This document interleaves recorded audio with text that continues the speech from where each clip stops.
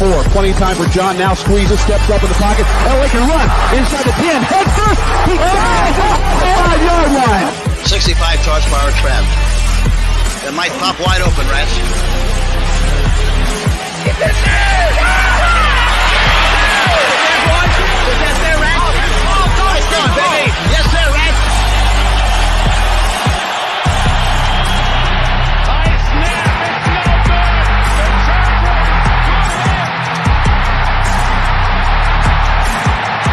Here comes the rush. He sidesteps. Can he throw? He can't. The ball flipped forward as loose. A wild scramble. 2 seconds on the clock. Just preparing the ball. It is rolled a fumble. Casper is recovered in the end zone. The Oakland Raiders have scored on the most seedy.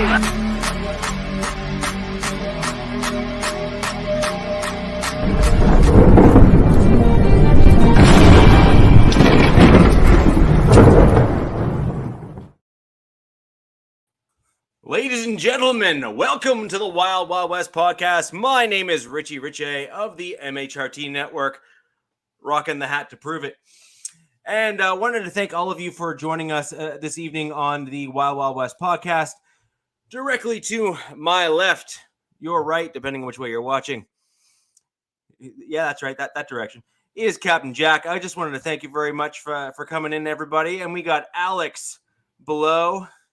And Coach is figuring out directions below there to the bottom right of the screen. He will eventually get them right. Trust me, I mess it up all the time. I'm still hiding.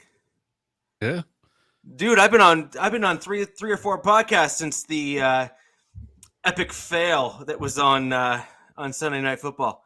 I think that they were just pretty much directing that at you not coming on to my show. That's what that was. Oh, that's nothing but a timing thing, sadly. But let's just say I'm not hiding. That's here. Yeah, I know you're here. We're good. We're good. Feel free, Tito. Please go ahead. Let's keep those comments coming. I am more than willing to have the jabs thrown my way. But let's also not forget that was a very close game. So you need to be careful. Hey, what did Dom Toretto say? Don't matter if you win by an inch or a mile. No, exactly. Winning. No, my only point is if you're going to make a comment saying, hey, you're running and hiding, like at least make sure that there's a little bit of a gap there. I had no doubt. I said Richie would come in and rap and chat. You need to go back and watch the tape. If possible. If possible. I feel like he was like, Richie said he's not coming. He said, F the Raiders. Everyone attack him. I said no such thing. So, ladies and gentlemen, wanted to thank you all for joining us today. We have a great show for you. We're going to do a week recap in terms of what happened this past weekend, go over a few things. We're going to talk about some injuries that each of our teams have kind of gone through. And then we're going to dive right into the week ahead and talk about what to expect, what we're all going to see, and all that good stuff. And, of course, guys, we have the 3-point stance segments. We got some really good guests this week to go in and break down the two upcoming games, including the Colts and the Browns. It's the Browns running game, let me tell you. So let's get right into it. And Tito, yes. Thank you. I am wearing a cap. The brand new MHRT logo kicking on this like one. That. New merch alert. New merch alert. There may or may not be a link below in the description where you could find one just like it. So I wanted at cost. There it is. New merch alert. New merch alert. So yes, indeed. No, I had to go get this one. The other logo I had was like 3 logos ago for the channel, and I had a message from the boss man. He goes, like that's really old, right? And I was like, I know. I just like the hat. Like the gray is killer. So I ended up getting this one instead. So I appreciate it. So I'm going to throw it over. We may as well just go right into it, Captain. Let's start reviewing the Raiders Broncos game. And let's just I mean, right off the bat, I mean, I was savoring. He's I wanted ready. to hear from the other gentlemen about their weekends because I was just, Mine was great. I'm giddy. Okay. I'm giddy. And I would say, but if you want to start with this, right on, or as they would say down in Texas, right on. Oh, I was gonna say I thought you can go the other way. All right. I was good. I was about to do it. All right. I was trying to do the McConaughey with the right on. I was doing the McConaughey with the right on. All right. There you go. How's that? Perfect. So, Captain, let's go right into it. All right. Sure. You want to go ahead and kick it off since I want to address. Tell you what, I want to address. I'm going to give it to you for the victory lap. Go for it. Yeah, no, and it's like and we actually discussed that on my show last night. Even Hefe was on my show last night, and about don't take a victory lap because y'all learned from that, huh? Yeah, right.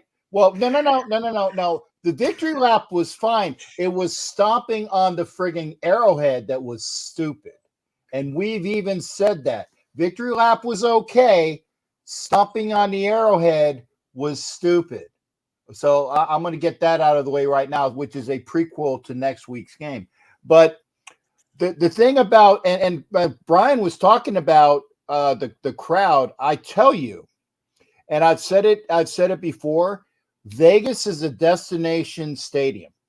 It is a destination stadium, and the Vegas folks that are not coming in from LA or not coming in from the Bay or not coming in as Raider fans from way back when, they're getting acclimated as to what a Raider game is. And when you throw in the cost of PSLs, you're going to sell some game tickets in order to try to accrue some of that money back that you had put in for your PSLs. And the reason why I'm saying that is there was so much orange in that stadium last week. It was almost like last year's game with the with the ketchup and mustard crew, where even in the that's for you, asshole, in case you haven't figured that out. Got it. Anyway, but there was so much orange there that even when I was out in the concourse, and apologies for the a-hole, Jack, but when there was a play and I'm in the concourse and I wasn't near a TV, I couldn't tell who made the play. I could not tell who made the play because it was a big roar. It was about 60-40 Raiders fans to Broncos fans, but they were rowdy, they were obnoxious. They actually were belittling. And I told people, I said, I work with the greatest Bronco fan there is, but he's from Canada, which makes the reason why he's a nice person. Okay. It's because he's Canadian, and he's not your normal Bronco fan. Okay. And I won't even say donkey fan at this point, but it was a hellacious game. It was a well-played game. It was a close game. It was near a finger biting game until a certain point, but it was a fantastic game to watch, and I'm glad that finally, after 4 weeks of going to these damn games and shelling out all my money, that I saw a 4-quarter effort from the Raiders on all counts: offense, defense, some special teams, although there was some special teams that were not there. But overall, it was a big win for the Raiders. And yeah, Jack, that's the way it's going to be. That's the way it's going to be from now on. It's not Oakland. It's going to be more Raider fans. Wasn't that part of the move to Vegas anyways? Like, you're always going to have people that want to come. Exactly. You're always going to exactly. You're going to have people that want to come. And like when we were playing the Chiefs last year, and there was and the land of the they did that everywhere. Chief, and I was like, holy shnikes. You hear that in Tampa? They did it. I mean, Sunday night that it was just that loud.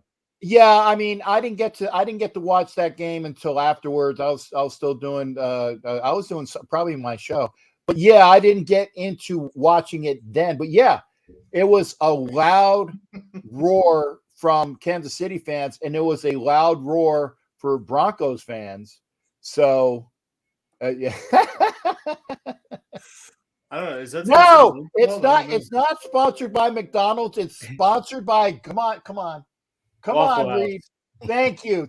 Yeah, I'll even set them up for them. They're Waffle House. It's the Waffle House sponsored. Oh, by the way, what's the name of Arrowhead nowadays? Gia Stadium at Arrowhead or something like that. Okay. Anyway, dude, yeah. you realize that Heinz is missing a huge opportunity, right? Yeah. I mean, or Casey Pittsburgh Stadium. Casey, they're not Heinz anymore. Right, and Casey Masterpiece barbecue sauce. Come on, that's man. That's a good one too. That speaks for itself. Their checkbook ain't big enough. That's the only problem. Yeah. Naming rights to the stadium is expensive. Yeah, and they did that deal. French's Stadium. 2 years. I think last year was the first year that they went. They named it Gia Field or Gia or however they say it at Arrowhead Stadium. So they kept it, but not really. They sold out. What is that? Hefe's partially right. He just instead of typing Geha. Yeah. And by the way, spell check is your fiend. Hefe is your fiend. Oh goodness. Goodness gracious. Hooked on Phonics works good for him. Hey, Hefe, and I will say positives for Hefe. Like I said, he comes into the show and he has no problems. So kind of like I get a chance to talk to all you guys. I will talk to anybody, and that's a cool thing. That's a cool thing. So here's all you bastards out there as I drink my alcoholic tea. Merry Christmas and Mazel Tov. Drunken Santa. It's a little early for Christmas. Well, actually, I was going to say it's more appropriate to call him the Drunken Sailor because that fits on multiple levels. Well, yeah, that's Raiders fan. Well, yeah, there you go. Oh, Grand Marnier. Okay, now we're talking. Yeah, there you go. Now we're talking. So, Captain, as I look back on the Raiders Broncos game, I completely agree with my comments before. I really think that the Raiders Broncos is one of the storied rivalries in the NFL. Certainly within that upper echelon in terms of rivalries in the NFL. It goes like way, way, way back through multiple divisional changes and alterations and all sorts of things. But when I look at what that game was, at least from my perspective, it was simply a matter of the Broncos being exposed in some respects on the offensive line, which is what my concern's been for a good number of years. I've been on your show talking about it. I also saw some improvements, though, and I think that's also important to note, is that the Broncos special teams in that game showed massive leaps forward from where we have been in years past. And I think it's because you got rid of your special teams coach. You came over to our team and has stuck up the joint. Aside from our kickers, our kickers are great, and Matt Collins at the gunner is great. But there's something that's non-desirable about the efforts of our special teams. Like I said, the kickers are awesome. Right. And that's arguably when you kind of look at what we had is that we had a battle between two punters, and really we couldn't lose with either because we had Sam Martin who went over to the Bills and the Bills took him up faster than nobody's business. And they're basically on track for Super Bowl. Yeah. And then we ended up with Waitman, who I dare I say is an upgrade. And I was kind of calling it through some of the preseason stuff when we had our shows to say, I think Waitman will win that job because he's looking that good. And he won AFC Special Teams Player of the Week, not last week, the week before, and rightfully so against the Niners. He had one heck of a game. And yes, the holder did drop the ball in that game, although it wasn't nearly as bad as it was made out to be. There's kind of two sides to that story when you kind of look at it again in real time. He didn't do a great job, but he did get it down, and it wasn't a particularly great kick. And then when you look at the kick itself, it was also tipped. So you have to give some credit to the Raiders players on the other side who were able to get a hand on it. So again, looking at it from, through a true objective lens, it wasn't nearly as bad as it looked like it might have been. And yeah, we had some overall issues on special teams as well, where both kickers missed extra points, where we had some challenges in that regard. But in my opinion, the real issues that the Broncos had were the defensive line, again, did not get proper pressure on the Raiders. Quarterback, we should have done a better job there. We were getting boxed out on the D-line with regards to the run game, which you cannot do in any game, that you will absolutely lose 100% of the time. And then on the flip side, our offensive line was just getting punched through right up the middle. Crosby had himself one heck of a game, and you can't ignore it. He kind of showed exactly why he got paid, and deservedly so. Yeah, and I would, if you're going to talk about that, I want to make sure that people have been bitching about Chandler Jones, about him not getting sacks, but I would venture to say that he's playing the scheme of what the coach is telling him to do, and him, along with Cleve Farrell, are doing what they need to do in order to open up Max Crosby. Jones was making sure that that Wilson wasn't going around, aside from that one touchdown run where he kind of looked bad on the touchdown, but it was the fact that he's doing his position. Cleve Farrell has been opening things up for Crosby, and Crosby again is getting molested, held, and for all the things that he's doing, he might as well get what do you call it, like a prenup for all the people that are molesting him as much as that, because again, it's horrible. But that's fine. They're showing a little bit more of that, and he doubled his sack total. He went from 2 to 4, and and Hobbs had a very important sack early on Russell Wilson on a corner blitz. So again, the defense played well. I think what was really inspiring was when Jerry Jeudy gave Amick Robertson the little boy after he had the turf monster caught his cleats, and that sometimes happened, and Judy's all full of himself, say, oh, gave him the little boy. And I tell you what, the little boy. Did you not see that? Yeah, we saw it. Okay, yeah. I know Coach did, but yeah, if you didn't see it there, Alex, Judy caught the pass, and Amick came out after him as well, and old Judy was going around like oh yeah, that was you, little boy, because you just pushed it down. And I tell you what, after that, he didn't have nothing on Amick Robertson. He made sure that he was boxed in, he was tackled, he threw people out of the way for tackles, and then of course, to add the insult to the injury to the spike, was when the ball bounced his way, 64-yard touchdown for the defense. And I think that was the first defensive touchdown they've had in 3 years. Since that was a killer. Since 2019. Yep.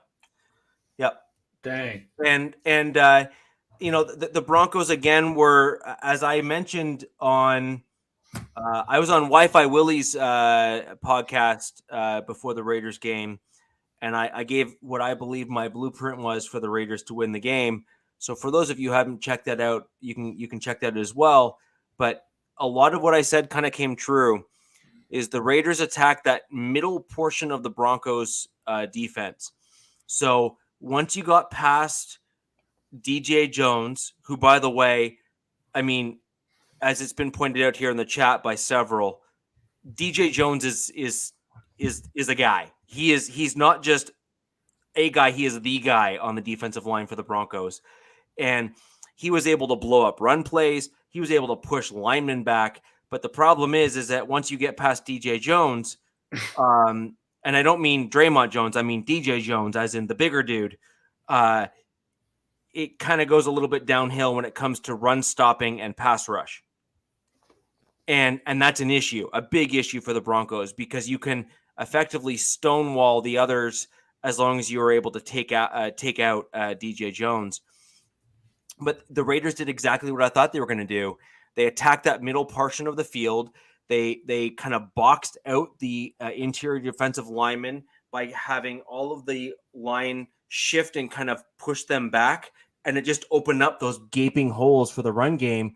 And once you were able to get past into the linebackers, they struggled. You saw missed tackles. You saw struggles to get off their blocks to get a tackle. All of those things are true, and I expect more of the same if other teams can capitalize on getting the interior defensive line of the Broncos throughout the rest of the season. I wish it wasn't true, but it is what it is, and you can see it on film. Yep, whatever it was, the Raiders definitely came to play. And again, I'm not trying to do like the told you so Naz, because again, I thought beforehand that the Raiders obviously needed to win. They were up for it. They really, by all rights, I know woulda, coulda, shoulda. They should be about 3-1 on the year instead of 1-3, and it's a great victory. But it doesn't really mean spit unless they show that same resolve going into Narrowhead next Monday, or Jifa or whatever the hell it's called. Yeehaw. How's that? It's called the Graveyard for you guys. Oh, yeah, well, it has been, aside from like one game about 2 years ago, it has been the Graveyard, and I'll give it that. But unless they go into Kansas City, and they got to win, but damn it, if they don't win, they best not be embarrassed. That's the best way I can say it. They need to go in there and win, but gosh darn it, I'm watching my mouth. I am watching my mouth. Gosh darn it, if they go in there and lay a stink bomb before the bye week, that would probably just unravel the whole team. Yeah, no, I agree with that. So, I mean, at the end of the day, there was a few issues that kind of came out of that game. I think you saw some elements that were exposed for the Broncos.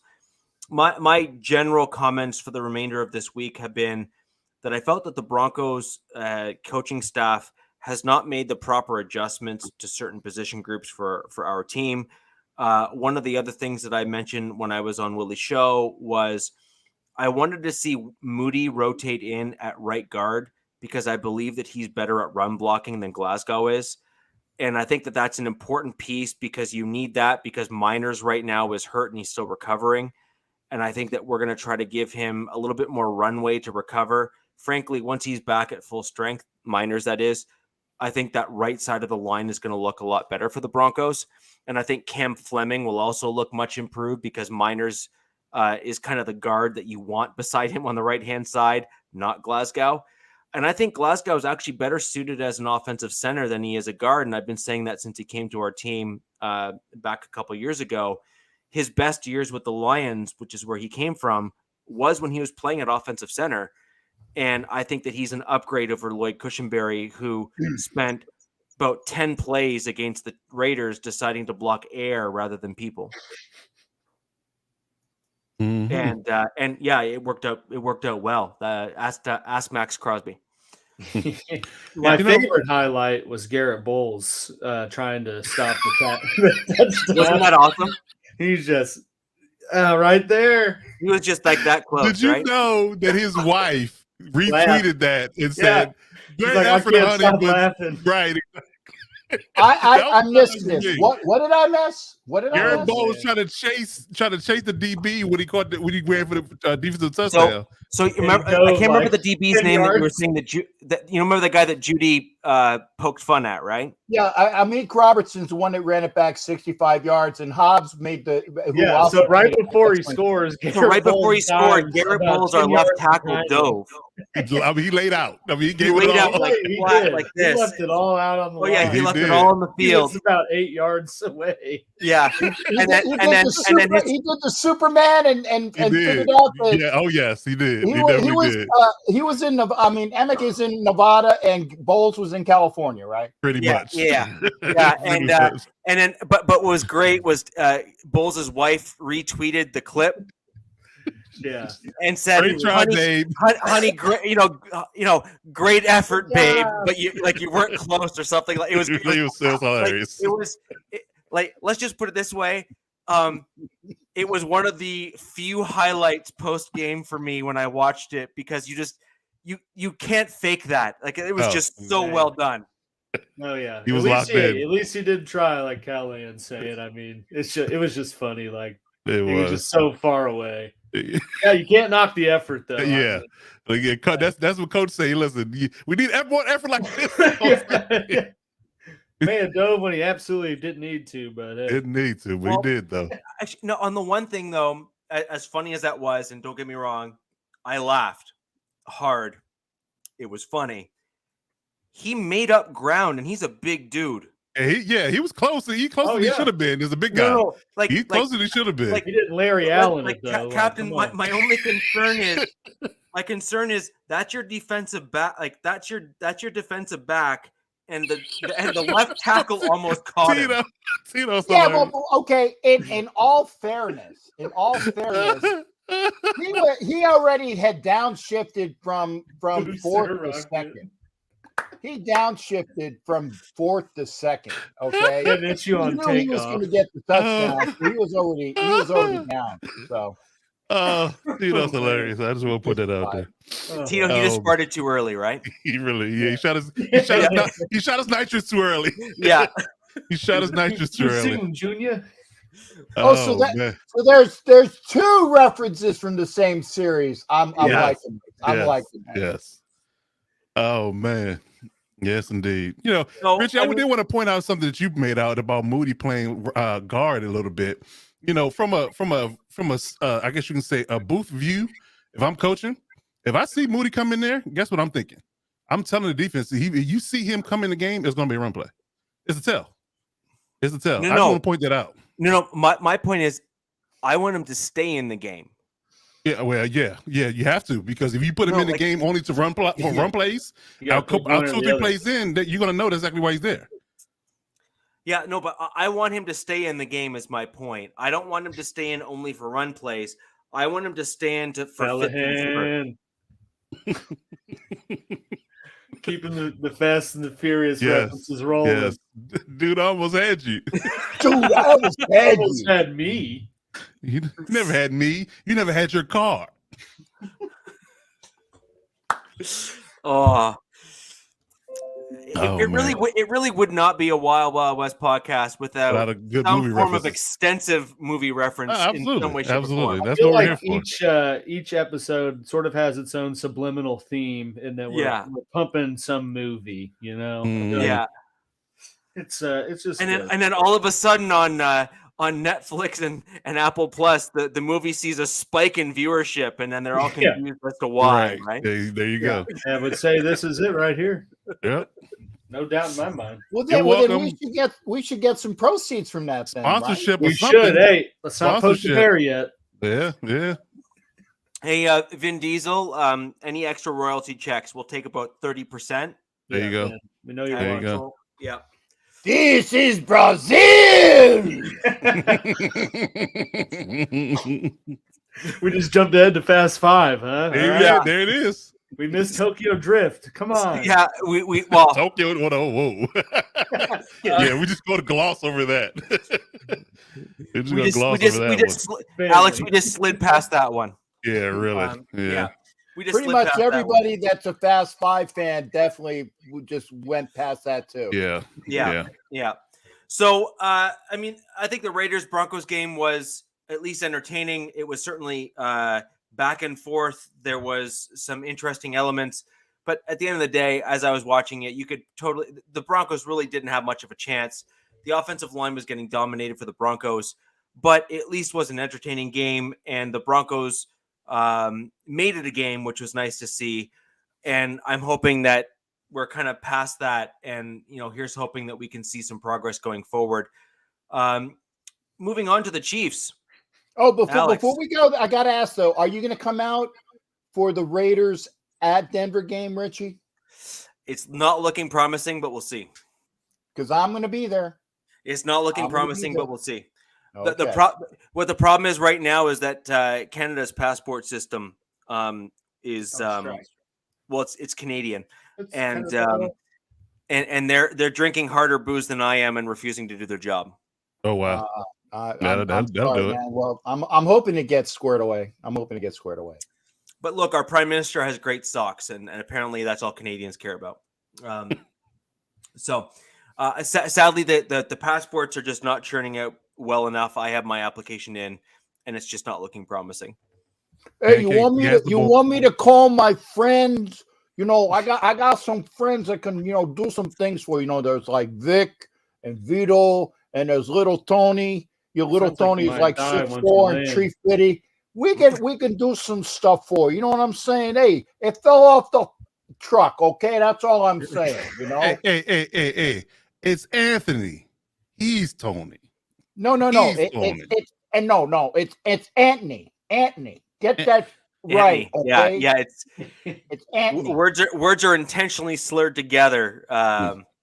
And that's what makes it bang on. Yeah, we'll get some struzzi and some mozzarella and some ragout, man. We got it here. Hey, don't forget the fusilli. Don't forget the fusilli. Yeah. So sadly, it's not looking promising, but we'll see. But it was my plan, at least my hope. But I don't think it's going to happen. Hopefully so. But and Colorado had me about 4 or 5 years ago when I was there for a game, and when I was there, the cheerleaders were throwing up like the little footballs, and the dude like 3 seats behind me tried to rip the ball out of my hand.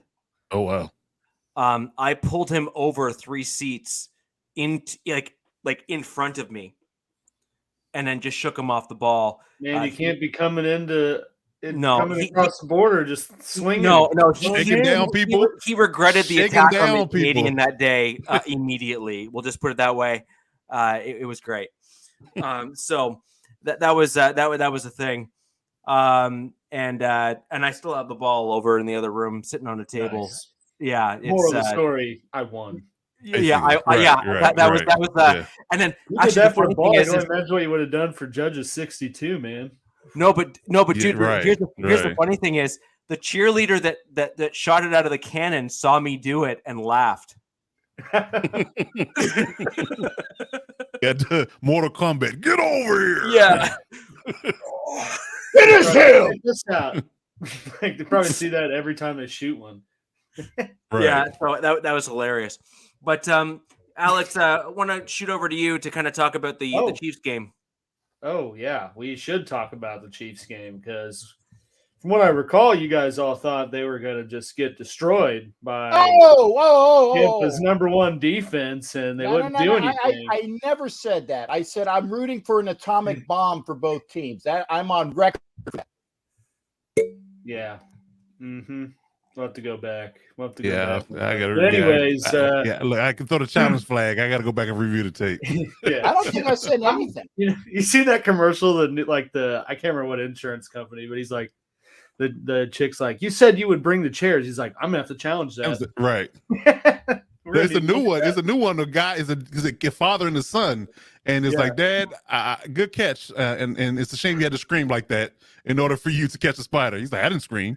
He's like, sure you didn't scream? I challenge that. You hear big scream.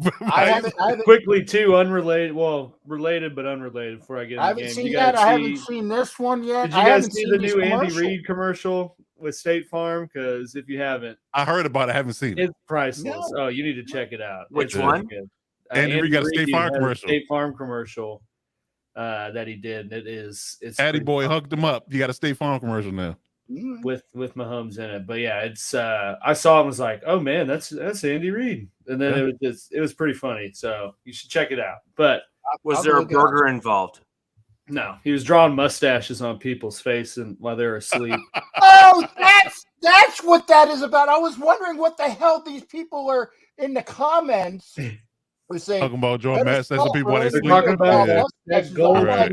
I'm like, what the hell are they talking about? Yeah, I was an extra for that, Tito. I was a stand-in for Reed when he took a break. Right. Joke's on you. But back to the game. Game at hand. I thought the Chiefs sort of made a statement. And Brian's looking for the Patrick rate. The Patrick Price. Don't Or the Brian Price. Price. You don't have to The share Brian that. Callahan price. The BC price. That's what I'm looking for. The BC price. But I mean, I really thought that the Chiefs. He is, yeah. It's not me, but the real one. But I thought the Chiefs came out Sunday night and really made a statement. Highly motivated against what was a pretty good defense heading into the game. A defense that was kind of talking a lot of trash before the game. Shaq Barrett went on the news and was talking about how he didn't see a difference in the offensive line from the Super Bowl to this year. And I think you could watch the game. Oh, that's just irresponsible. And then right after he's like, I wasn't trying to take shots at anyone. And I was like, man, you directly said I don't see a difference in that line. Wow. So I think we're going to have a coming out party. And you can tell I didn't hear that. They put that personal. I mean, Mahomes addressed it as first thing he talked about after the game, but just by watching Trey Smith, Creed, and Tooney go, and you could tell they were all Matt. We just talked about that. I encourage you to rewind. Trust me, we went all the way down that rabbit hole. We did. Yeah, we fully explored it, broke it down, did the math, draw up everything. Oh yeah, yeah. All 22 breakdown. The all 22 breakdown. But I mean, the Chiefs offensively, I thought made pretty good strides and sort of were obviously way different than against the Colts. Watching how they played Sunday made me think that they clearly overlooked the Colts and thought that they were just going to win regardless. And that was like, you could tell that there was a lot more of a game plan put in place for this week and plans to stick to it and effectively execute it. The Chiefs' run game, for as much as everyone says they don't do that, has really been coming around, and they've been getting more effective with it pretty much every week. Applause to Andy Waffle House Reed. I give him credit for running the ball. That's again. I mean, I'm on record as being coming on. In fact, I'm pretty sure it was last episode, if I'm not mistaken, where I said that was one of the biggest reasons why Andy Reid played as many of your starters in this particular preseason as he did, is that because he was pivoting to a more run-heavy offense. Well, I wouldn't call it heavy, but I would say that they did. No, a lot of times the game script. I didn't say a run heavy. I said a more run heavy. I think the word is but balance. You got the words read and heavy. You got to have heavy and read in the same sentence. I think the word, and I nailed it all. Cap, you're funny. I heard that. I heard that. That's funny. But yes, I think the word we want to use is balance. That they have a more balanced attack, which again makes it nightmarish for defenses. And you can see, as good as Tampa Bay's defense was in overall in the season so far, personnel and scheme, they didn't have a clue. Because when you fire on both cylinders, it makes it very difficult to call an effective defense against teams like that.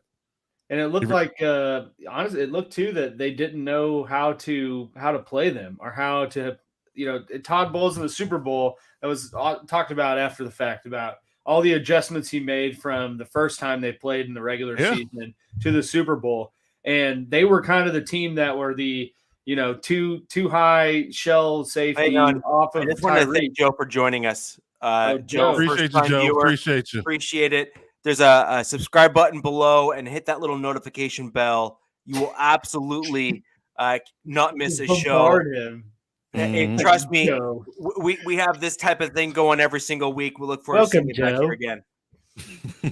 Welcome to our show. You can never leave. But the way that Tampa played the Chiefs in the Super Bowl kind of set the blueprint for how everyone played them the next year. And then I thought it was interesting to see for how dominant they were in the first half, that they couldn't really make adjustments or effective ones to put a stop on anything. And I think that that's sort of a testament to how they approach this offseason and moving on from Tyreek. Yeah, we're all about family here, Joe. That's it. We have no friends, just family. Hey, you talking about the family again? Or is it the other family you're talking about? You better watch what you're talking about, Joe. I don't want to have Vic and Vito and little Tony or Anthony come after you. I'm just saying, hey, it fell off the truck, okay? There you go. Forget about it. Welcome to the channel. Hey, yeah, Chronicles, I appreciate you coming in. Yeah, OG, we did in fact cover that earlier in the show. Alex is just talking about how the Chiefs have finally figured out how to run a football. We're going past that now. No, I agree. No, Alex. I have to agree there. Andy Reid has been doing this for how long? And he's finally figured out that maybe he might use the running backs a little bit more. I gotta agree there. I gotta agree. And actually, and Alex, as I was saying, no, but if we're going to be fair, Andy started this process last year. What did he do in the offseason with him and Veach, I believe is your GM, right? Mm-hmm. Is what did you guys do in the offseason? You said we have our new, $500 million quarterback. What do we need to do? And you loaded up on offensive linemen because of what happened in the Super Bowl the year prior. And that was all part of likely a larger plan because Veach is a good GM and he thinks ahead. Frankly, I wish the Broncos would look at that and say, gee, that makes a lot of sense. However, let's look at what you guys have done. And now you guys have an offensive line that is solidified, and then you can build depth behind them. And now as Mahomes is coming into the more expensive years of his contract, you guys can now put on the field a more balanced attack. This is not a bad thing. This is a good thing. And yes, that's a compliment from a Broncos fan to a Chiefs fan. Mark it on the calendar. It's not going to happen often. Right. I got October 5th, 8:16 p.m. You're right. You're writing this, right, Coach? Gotcha. I got to cover it. Mark it. Time stamp it at about 42 minutes. 42 minutes. Well, I got it. Jack, to answer your question, the Chiefs are running the ball, but as I was trying to say, I think that like they ran 37 times in this game, but I think a lot of the times the game script kind of dictates that. I mean, at the end of the game, they were running the ball. They were still throwing the ball until Mahomes just had a lazy read and throw attempt and got a pick. And then they went to just running the ball. I don't think that the Chiefs are going to come out and try to just run on the Raiders. I think you're going to see a lot of what they did against Tampa Bay. They're not a deep threat team anymore, or they are, but they don't push for it every drive. I think you're going to see a lot of quick passes, slants, and quick screens with some Clyde Edwards-Helaire running. But you're going to see what they came out in Tampa and just threw the ball out of Mahomes' hands in less than a second, moving it, and then set deeper plays up. And I think you're going to see them play Vegas pretty similar. But the more important thing to talk about is the Chiefs' defense has been kind of a surprising element to why they've been successful. The defense alone kept them into the Raiders game, and they were a kicker and just poor offensive play from not winning. But the defense was the reason that it was as close as it was. And you have a team that they've allowed – what was it? 2.7 yards per carry to opposing running backs. And you've played with James Conner, Eckler, Jonathan Taylor up to this point. And Fournette. I mean, Fournette had -3 rushing yards on Sunday night. Fantasy managers out there, I feel for you. I also have Kyle Pitts with that. So, it's a rough time. But but the defense has been kind of a pretty shocking element to KC and their success, at least to this point. While they've been successful in the past in the same way, I feel like they're doing it in a different way where it's not been the just Mahomes throwing to Tyreek Hill, outscoring everybody. They've kind of been winning in more balanced ways and winning and being successful on both sides of the ball in a more balanced approach. But yeah, I mean, it's been nice kind of to see how it's progressed every week outside of the Indianapolis week. That was sort of a setback, but I feel each week it's sort of gotten more and more effective in terms of spreading the ball around as much as I was preaching in the offseason. But yeah, it was a great Sunday night game. Mahomes had some sweet Mahomes magic on the spin move, jump shovel pass. DJ Houdini, that's his new name, DJ Houdini. Although I think if you actually look at that, there was a lineman in the back of the end zone, but who's really watching at that point? Yeah. But I mean, at the same time, Brady threw the ball very clearly with no receiver in sight, and everyone's just like, okay, second down. He's also going through a divorce now, so yeah. We'll see how Which that means affects his that he game. will be playing until he's 60. Yeah. right. Because I think it's ironic too. Literally every single report said that the only reason why he was going to retire was because of his wife. Uh-huh. And now it's like, and now apparently that will not be a thing. It's He's ironic. like, you know what? I'm going to keep playing and playing. Play with my boys. He still got, was he 45, right? Yep. I'm just hanging out with my boys. He still got 3 years to tie Blanda, though. Blanda played till he was 48. I didn't even know. Okay. I honestly think what the problem with Mahomes is that Brady in the same sentence. How many rings did Blanda win? I actually think what the problem with Brady is that he's like, I still feel great and I can still play. So why would I retire? And his wife is like, because I want you to. And he said, no. Sucks being you. Jake, you're hilarious. Jake was hilarious. There's a chance. So you're saying there's a chance? I think it's funny though that the same day that news came out, Cole Beasley announces his retirement. Oh, did you see that? To be with family. Right. I want to be a full-time dad, a full-time husband. Brady's meanwhile like, nah, football is family. Wow. Right. Family.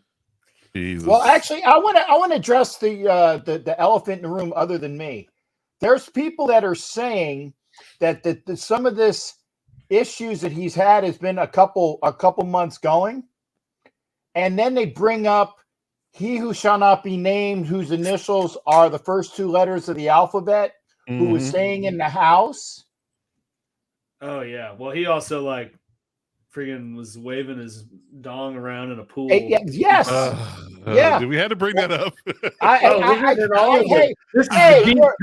We're a family show. We're talking about family here. Antonio Brown was in the AFC West for 2 weeks, so we can talk about it. I guess. I can't unsee the video already. I was trying to forget. It's just you know how you stop that? You don't watch the video. You just let people tell you about it. I didn't watch it. I didn't need to. It was one of those things you clicked on it and you didn't know what you were watching until it was too late. That was the issue. Nope, when it came out early. Yeah, well, good for you. Good for you. Then he subsequently posted on his IG a picture of him hugging Giselle. Just coming really good. He's definitely full blown CT. He's gone. Oh yeah, he's there's gone. no reasoning left. Well, maybe it wasn't Tom Brady that invited AB into that house. It was Giselle. Hey, I'm not even gonna get into that. Listen, if I started, the Cap's gonna finish it, so I'm just gonna leave it. Smart man. There you go. Don't give me that straight line. No lobs today. No lobs today for that topic. No thanks. And anything that says AB swinging or shifting, I just don't click on. I leave that to the rest of the. Internet. There you go. Because good for you.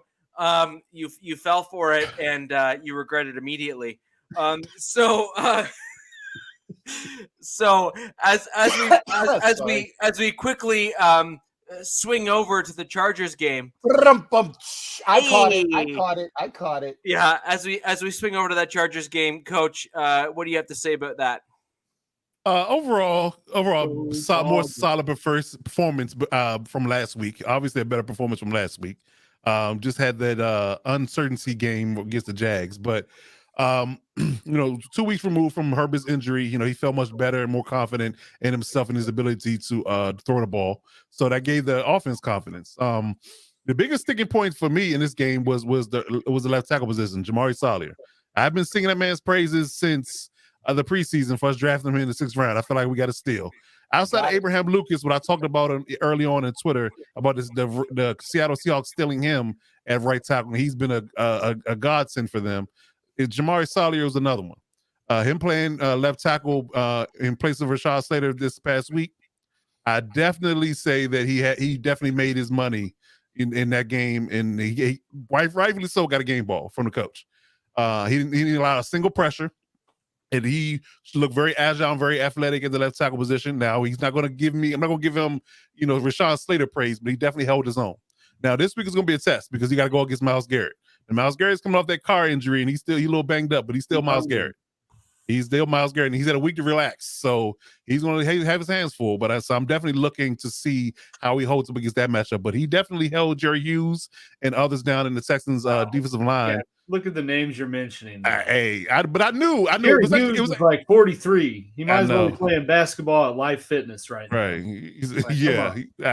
But when I saw the pass played the All-Star game and does windmill dunks, like they're not the same guy. People, it really is. I mean, it's really the test. When I saw the Texans defensive line, I was like, he's not going to be. He shouldn't be too hard of a go. That's what they call a confidence booster. Yeah, it's a confidence game. Exactly. That's what I'm going to say.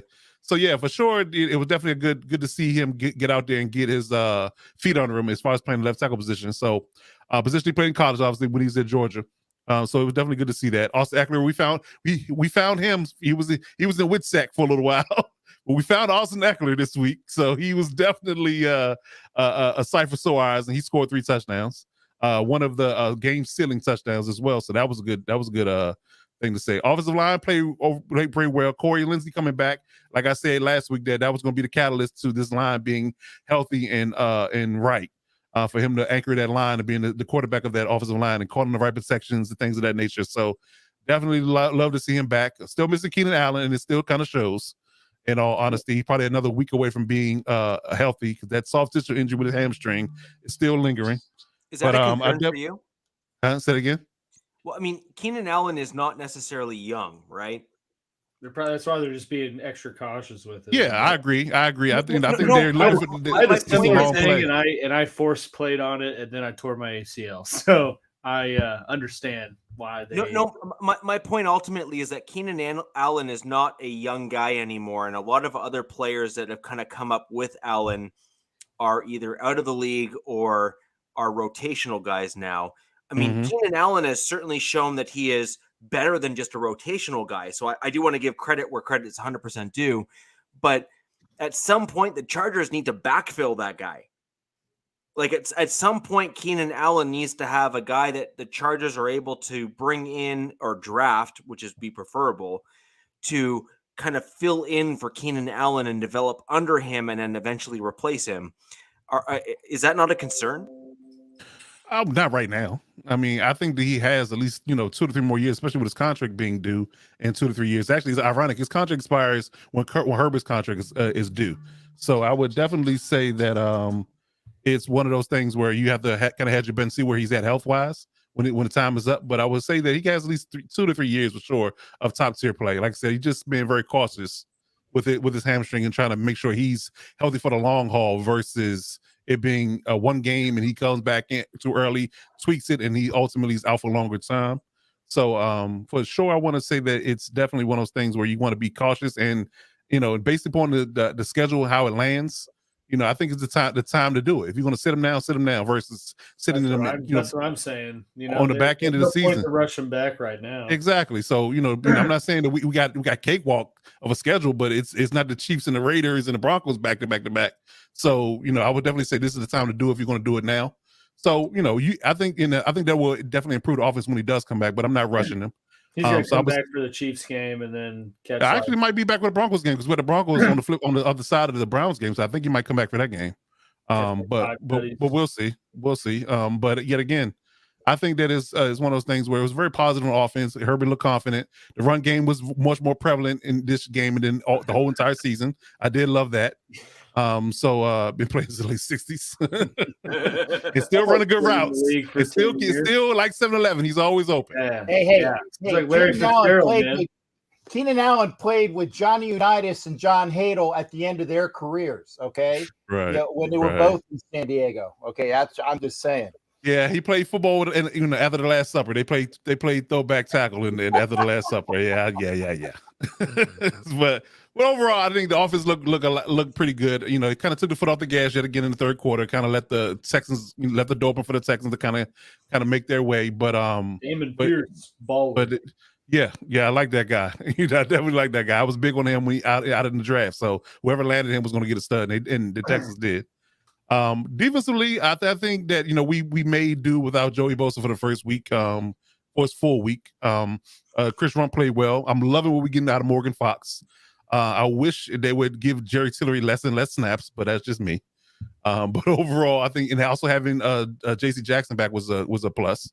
He matched up with Nico Collins a lot this week. We had a lot of Brandon Cooks on Asante Samuel crime. So that was interesting to watch. But yeah, overall, man, I like that performance. I definitely think that it's something to build on. I think we need to cut down on penalties. I think we need to, be better aligned when it comes down to the run game. I think that's the biggest sticking point, especially going into the week with the Browns. I think we got caught out and misaligned on a few run plays. Again, in the last 2 weeks, there's been gone for big runs. So I think that's the biggest thing we need to clean up and get good on fast before we play the Browns, because if they don't, then Chubb and Hunt are probably going to have 40 carries between the two of them, and it's going to be for a lot of yards. So, and I think the Browns know that. They're one of the best run heavy teams in the league. So I think they definitely will try to bury us in the run game if we don't stop it early and get. So I think that's the biggest thing, the biggest sticking point, the biggest takeaways that I had from the game. I would say, like I said, I give an MVP offensively to Jamari Salyer and the defensive MVP to Khalil and Morgan Fox. They had relentless pressure all game.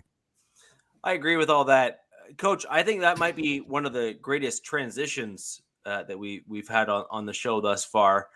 I want to maybe jump right over to the Chargers versus Browns game, maybe for the week ahead, because we've kind of covered what we've done in the week past. And I think a start to looking ahead is not necessarily a bad thing. Anyone who is a Chargers fan, leave your comments down below. Those of you who aren't Chargers fans, go ahead and also leave your comments down below in terms of what you think the Browns Chargers game is going to look like. And Coach, I'm going to throw over to our 3-point stance for the Chargers versus Browns. That's right, the 3-point stance. This is from the Lockdown Browns podcast. We're going to go ahead and throw over and watch this. Guys, this is going to be some great content. This gentleman was fantastic.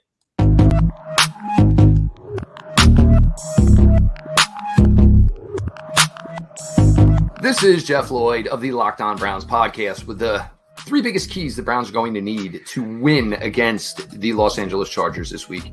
A lot of us felt that the Browns did not run the ball enough on Sunday against the Atlanta Falcons. The Browns torched the Chargers on the ground last year. Nick Chubb had a monster game. Kareem Hunt also had a monster game. This is the bread and butter of the Browns offense right now until Deshaun Watson comes back. Jacoby Brissett has been playing well, and probably about as well as could be expected to this point. But the best part of this Browns team is their offensive line and their running game, led by Nick Chubb and, of course, Kareem Hunt. Second point here would be the Browns are very, very strong team with their screen game.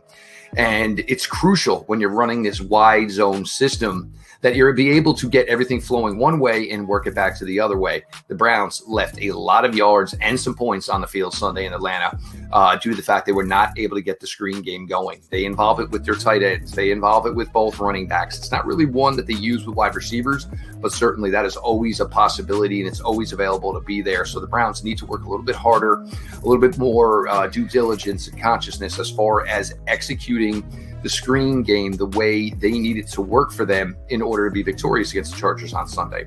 The defensive side of the ball, there is no way, any way whatsoever, and I understand you're playing with backups, there is no way it is ever acceptable to give up 170 yards and a half on the ground. The Falcons didn't even hide it. They ran the ball 11 plays in a row, which is basically the ultimate test of we are better than you. We are stronger than you. There is nothing you can do to stop this. And that was the case for the Browns. They got eaten alive by the run game in the second half from the Atlanta Falcons. Keeping in mind, Cordarrelle Patterson was not even a part of that. The Browns should hopefully get some bodies back here. Maybe Taven Bryan comes back this week. Perhaps Jadeveon Clowney, and maybe even Myles Garrett. But this is going to be a tell. And the Chargers do not run the ball maybe as well as the Falcons do. They also do not have to because they have Justin Herbert. But between Justin Kelly and, between Austin Eckler and between John Kelly, this team can run the football. They don't have to make it a focus, but the Browns are going to have to show that they're going to be able to do this. They're going to have to find some way for these defensive tackles. Look, you don't have to make plays. You just get pushed off the ball 4 and 5 yards a clip like the Browns have been. Tommy Togiai, Jordan Elliott, they are currently your 125th and 126th out of 126th ranked defensive tackles against the run, according to PFF. There's nowhere to go but up, I guess I would say, in this scenario. So the Browns are going to have to be conscious on this. Jacob Phillips made his first start for the Browns last week at the mic. It's his first start for the Browns ever. Now in his third year, it's his show for the foreseeable future as Anthony Walker is on IR and will not return this week. Jacob Phillips has to play with a little more discipline, and I understand an instance like that where you're getting gashed by the run, the way the Browns defense was this past Sunday. You basically oversell, you overcommit and figure, look, there's no way we're going to stop him for 3 yards, so let's try to blow it up in the backfield. But when that happens, your run fits are not where they're supposed to be. You also have to play with the mentality of who has the cutback lanes, and the Browns tried to pursue everything as they saw it, didn't play with discipline, and even when they were out in front of a running play, there were huge cutback lanes that the Atlanta Falcons took the opportunity to explore and turned out to be the difference in the Browns losing the game 23-20. So if you're the Browns and you are looking for keys to winning this Charger game, you have to keep the Chargers offense off the field. The best way to do that is with Kareem Hunt and Nick Chubb. Look, this should be a week, and I'll keep saying it, 40 touches, 40 runs combined between Nick Chubb and Kareem Hunt. This is the key to the Browns football team right now. They're passing the ball well enough, but the key is going to be the running game. 40 touches for your running backs. Screen game needs to improve. It is a vital part of their passing game. It'll help Jacoby Brissett. It'll help open up things downfield for Amari Cooper, David Njoku, and it's a great way to get Kareem Hunt involved. You have other players, Demetric Felton, you can use in that role as well. You do it with the tight ends, David Njoku and Harrison Bryant as well. You need to get the screen game back to the way it has been going for the Browns here. And defensively, I know the Chargers can throw the ball all over the field. I know Mike Williams had a monster day against the Cleveland Browns last year, but you need to find a way to be better against the run. You cannot get gashed like they did. Hopefully getting some personnel back will be the way to go for the Cleveland Browns. I'm Jeff Lloyd, Locked On Browns podcast. Wherever you get your podcast, you can find it there. Available on YouTube. Make sure you subscribe. Make sure you got those notifications on. So your keys for the Browns for a victory, hopefully Sunday, over the Los Angeles Chargers.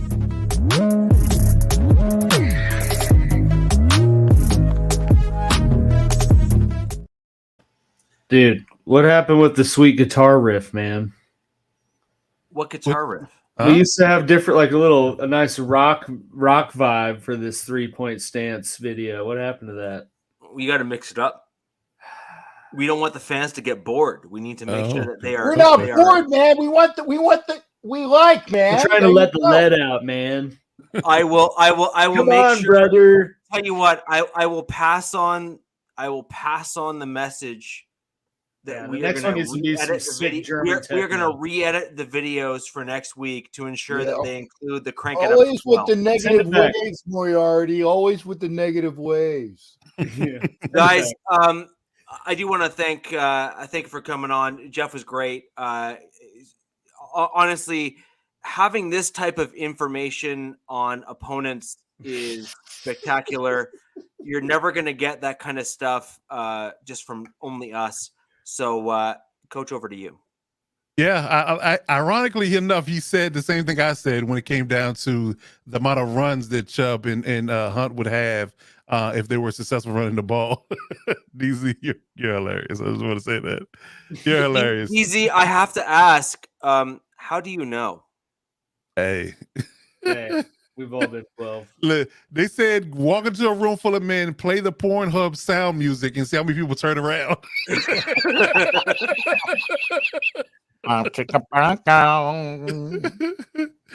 Yes, indeed. But yeah, I'll definitely share his sentiment. I think that we all know the drill and we all know the formula this week. It's not going to be Matt, is that because they're going to ground and pound? Wow. Oh, another reference. Yeah. Back to you. Yeah, so I think we all know the blueprint here. It's not going to be one. It's not going to be mysterious. We know exactly what we're going up against, and I think everybody on the defensive side of the ball knows it should be a physical game. It's going to be physical up front, and it's going to be one of those things where you have to impose your will on either side. Either the defense stops the run, or the Brownies have their way in the run game, and then it'll be much like he said. If they can keep Herbert off the field and they control the clock, it can be an ugly game. And it's in Cleveland. It's definitely going to be a little bit of a chill in the air versus it being, balmy LA weather. So that could play a factor. So we definitely have to be able to stay on schedule, score points when we have to, keep the foot on the gas, and keep them to a point where we can keep up on the scoreboard, at least a 10-point lead. And that will negate some of their ability to run because they're going to be pressing, trying to get back into the game. So if we can establish a lead, keep a lead, don't leave the door open and have phony mistakes in the middle towards the end of the game to allow the opponents to, leave the door open for the opponents to get back into the game, then we should be fine. But it all starts up front. It's going to start in the trenches for us and them. Like you said, they have issues stopping the run, and they like to run the ball on their side. So whoever does a better job on that front, us running it versus them running it, and us stopping the run versus them stopping our run, I think that's where it lies. I think that's pretty much, in a nutshell, that's pretty much where it lands and how game is going to go. In my honest opinion. Alfredo, I don't recognize the name. I just want to thank you for joining us tonight. I appreciate any comments, even if they are contrary to what any of the AFC West folks here would like to see. But I just thank you for coming. I also hope that Chubb has the best game of his career. Everybody but me probably hopes that. I'm Alfredo, sure. I think I wouldn't be mad about Amari Cooper either. I got him in. No, there is who? Oh, come on. Oh my gosh! Any former Raider, he's a cast off. He just writes them off. He refuses to say their name. Yeah. I still got a brand new jersey of his that was bought at it wasn't even half price. It was you've heard of 10% off. It was 90% off. I bought the jersey because it was a nice jersey, and I'm trying to get somebody to take that damn whatever off the back so I can figure out who a good 89 like Ronald Curry, perhaps, who made that wonderful catch in the snow that my shipmate knows about. I would even put a Curry on the back other than a Cooper. Sorry, not doing it. That's saying something right there. Yeah. Well, either way, I just want to thank Alfredo for joining us tonight. We have some like and subscribe buttons below each of the videos here. If you can go ahead and click those, that would be spectacular. That helps us out with the YouTube algorithm so we can get more folks in the show, getting us more comments just like yours. It's always awesome having this kind of banter back and forth between all four AFC West teams. I love it when we have other teams in here poking fun of the Broncos. I love having when we have Broncos fans poking fun of the other AFC West teams. I think it really makes the show. That's what makes this really unique, is that we welcome everyone from all teams to come in and make their comments and be heard. So thank you very much. I have no idea why you're posting toilet paper, DZ. You did make I do. Here, I'm a bit concerned, but we'll leave it at that. Some of that Amari Cooper jersey. Oh, okay. All right. No. I have a Raiders jersey that unfortunately has Cooper's last name on it. Oh, okay. There's a difference. There's a difference. And Gotcha. Remember, I got it at 90% off. Deep discount. Deep discount. There you go. So, Coach, aside from kind of what you just said, is there anything else you want to add to the Browns Chargers game? Which I'm not gonna lie, I think it's gonna be really interesting. Oh yeah, again, 1 o'clock game. It's definitely a time difference for us as a West Coast team. So we got to be prepared for that. I think we did pretty well against the Texans. It didn't come out flat early playing a 1 o'clock game in Houston. But I think we have to do have the same principles going into this Browns game and start fast. I think we got to start fast. Get up on that defense and score points. Get points on the board and make them have to play a one-dimensional game to keep pace. If we don't, we make it an ugly game and a trench game. Then again, that favors them. I like our offense, and I think we have a better team than them. But yet again, it's all about style of play in these type of games. If they can impose their style versus ours, then it could be a dogfight. But if we play our game and don't play down to their level, then we should win. Yeah, I think that's fair. The Browns have one heck of a running game, though. They do. I'm not taking nothing away from them. Yeah. And so I guess what my question for you is going to be, and this is going to be super interesting for all the Chargers fans that come in and kind of watch this both during and after the show, is how do you think your D-line is going to handle that run game? And I mean, both against their offensive line, because I think when a lot of fans watch this and think about these types of things, they don't think of the nuances, and really what it comes down to is it's O-line versus D-line. Mm-hmm. The one thing Cleveland can absolutely say, and our guest just came on and basically called it out, which is their offensive line is pretty darn good. It is. So how do you think your D-line? How do you think your D-line is going to hold up against that? Well, I think it'll hold up pretty well for this particular point in time. And Patriot, you're absolutely right. I definitely agree with that. I would definitely say that it's a personnel thing. In games past where we've kind of played I guess you can say a variety of fronts against certain teams when they've gone different, exotic personnel levels. They've gone through wide receivers, one tight end on the field, one running back, and run a lot of inside zone, a lot of under center, quick hitting plays. They've gone for 7-8 yards a clip. But what the Browns do, and in case in point to old school, I guess paying homage to the old school type of mentality, they line up in heavy sets a lot, which would lend to the idea we can put our bigger bodies on the field as well. We don't have to play sub packages when we play them because they're going to put two tight ends on the field. They're going to put an extra lineman on the field, for heavy sets. So we're going to put heavy bodies on the field just like they're going to put heavy bodies on the field. And I think our heavy bodies this year are much more apt to play the run well versus the last year's team.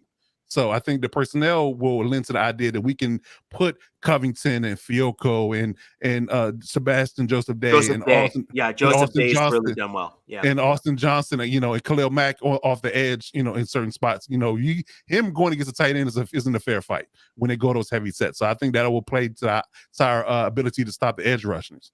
So just holding up in the interior with our big bodies and keeping them off the edge, and I think we're in good shape. No, I think those are all good points. And like I said, the AFC West this year, even with injuries, some of the depth on our teams is still pretty stellar. So I think you're going to see some really solid games.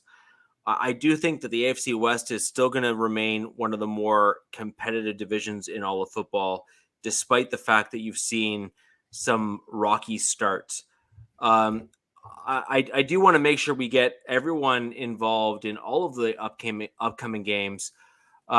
So, ladies and gentlemen, with that in mind, I'd like to perhaps move on from the Chargers versus Browns, and we're going to start getting into the upcoming game tomorrow, which is the Broncos versus Colts, and that's going to bring us to our second 3-point stance video, and then we're going to have Alex and Captain Jack go head to head, and let's just say that is must-see TV coming up after that. So we're going to get into the Broncos versus Colts and talk about what's going on.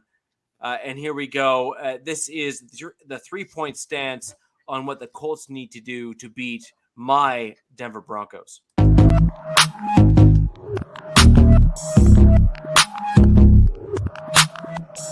Hey everybody, this is Jake Arthur of the Locked On Colts podcast. I'm also the deputy editor of horseshoehuddle.com. Kind of trying to bring you a little Colts flavor here today, bring you a few things that the Colts need to do really in order to beat this Broncos team. First and foremost, pretty much every team can say this every week, but it's especially critical for the Colts. They've got to quit shooting themselves in the foot because, they've been overmatched in a lot of these matchups so far, but they're also doing it to themselves. You've got turnovers right now. They're -6. They're near the bottom of the league right now in turnover margin. Matt Ryan's got 9 fumbles. He's been on pace to break the single season fumble record, which is not great. That's never been really a problem for him in the past when he was with the Falcons. But this offensive line in front of him has kind of got him a little bit shell-shocked, it looks like. So that's definitely something to keep an eye on as well. Speaking of that offensive line, it's really odd. They do have a couple new starters in left tackle, Matt Pryor, and right guard, Danny Pinter. But, Quentin Nelson, Ryan Kelly, Braden Smith, these are long-established starters. And, they've had a couple games where, one-on-one matchups have been perfectly fine, but there's been a lot of miscommunication and missed assignments there. If a free blitzer is coming from the defense, they're probably going to get home. The Colts have really struggled to identify those guys. And it's not just been the line, tight ends and running backs play a role in that as well. But the offensive line's been a total mess. They've struggled to open holes for Jonathan Taylor in the run game, as I'm sure a lot of you guys have seen as well. Defensively, they've had some issues as well, although the defense has definitely been the bright spot. In coverage, this is a brand new defense that these guys are in with Gus Bradley. You can see in the back 7 some blown coverages that have led to big plays for receivers and tight ends. Guys just not quite being deep enough in their coverage or what have you, and the pass catchers are finding open spots in those zones. So as shorthanded as the Colts very well might be, they may be down Jonathan Taylor. Shaquille Leonard's already been ruled out. Tyquan Lewis has already been ruled out. Julian Blackman has practiced for the last week and a half now with an ankle sprain. Those are all starters, so they've really got to keep themselves clean. Also, on offense, they've got to start fast. They've only got 1 win so far out of these 4 weeks, but the other 3 games, it's been a tie and 2 losses. They've had 17-point deficits in each of those games. They're not starting out quick at all. It's been ugly. Even when they do get into a rhythm on offense, it comes back to them shooting themselves in the foot. A fumble, interception. They get into the red zone and they turn it over on downs, just something.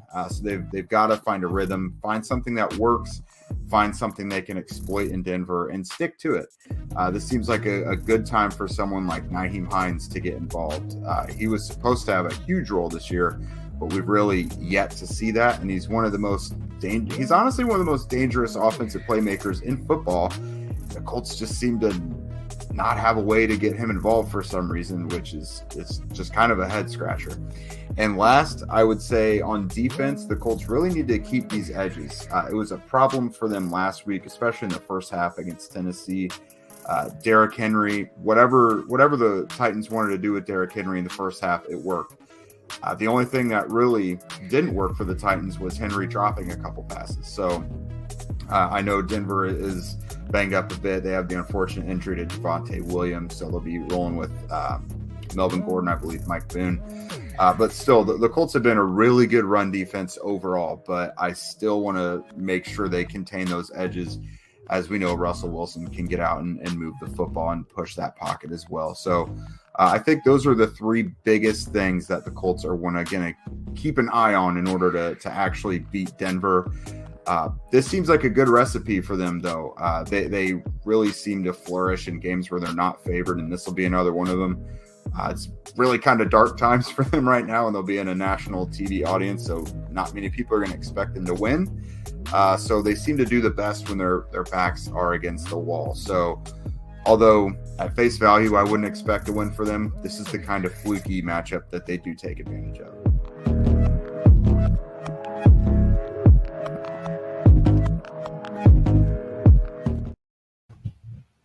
We definitely need The Rock, dude. That's put me to sleep. Yeah. Well, see, I want to thank some interesting information there. The guy was great. I'm just saying the music. I'm sorry. I didn't mean to sound like the dude was putting me to sleep. The music was. So my apologies. It sounded like it. I will certainly see if we can't reintroduce the guitar riffs. Yeah. To reintroduce the concepts of drugs with. I want like a ZZ Top-esque guitar riff. Yeah. Sorry, got the beard. Yeah. Yeah. You need a hot rod and then maybe a couple chicks smoking cigs or something. I don't know. So I actually, a funny thing is For the next show, I'm probably gonna be completely clean shaven, which is gonna slap in the basement. The beard, man. The beard. The beard, man. I'm glad you got it. Yeah, I'm all over that one, buddy. So I think it's going to be an interesting game. We have some new developments that came out since actually that was recorded, where Taylor has actually been ruled out for the game, which is a huge hit for the Colts offense. I mean, I don't think I can be understated.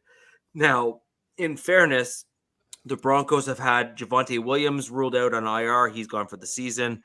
Actually, to be quite honest, given the severity of his injury that he had, which is remarkable given the fact that it visually it didn't look, like it should have been that serious, but it certainly was.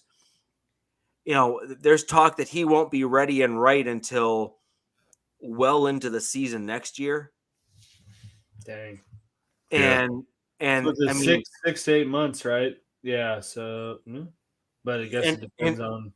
It's ACL and what? But PCL, ACL and PCL. Is that what I read? MCL, LCL plus there was some. So ACL, LCL, which are the two main ligament, like soft tissue in the knee area. Did he tear all of them or no? Well, he's going for major surgery. So yeah, my understanding. Well, yeah, but like if he didn't tear his MCL, for example, like if he didn't completely tear it, then they would like. For me, when I tore my ACL, I partially tore my MCL, so I couldn't get surgery for like a month because I had to let my MCL heal itself. Oh wow! So that's why. So that's why I was asking, like, because that might delay. That might be why they're saying it might not be till midpoint of next year if he's some of this stuff has to rehab and build on its own. It was I thought it was stupid, but that's what they made me do. I was like, why are you making me do all this rehab to just reset my knee back to zero after the fact? But I guess I did want to bring this up. The short answer is likely. Wow. Just look, I have to just be honest. But with regards to Javonte, he had the one fumble this season. He really hasn't really fumbled before then. So I don't necessarily put a whole ton of stock into that being an issue for him. I just think he was trying to do too much in one play and kind of got caught. Gordon, however, has had that as a common theme throughout his career. So I think that's an issue that is likely to be unsolved. And you basically have to then determine production versus technique issues. And I think as he ages, the balance between the two will become untenable for a team. And frankly, I think the Broncos are getting to a point where they're realizing that he's hitting that untenable balance, and you're starting to see, the scales of his being put in the game as being tipped in the unfavorable position to him remaining in the league much longer. He needs to really do a better job at protecting the ball, and actually the sad thing about Gordon, in my opinion, is that they're all very correctable issues. So what you saw from Gordon in the game where he fumbled the ball is rather than falling towards the ground with the ball in his hand, he left the ball. Shine, baby. Rather than seeing Gordon falling with the ball towards the ground to just protect it, he exposed the ball before he was able to hit the ground and actually up. And that's really a very fixable problem.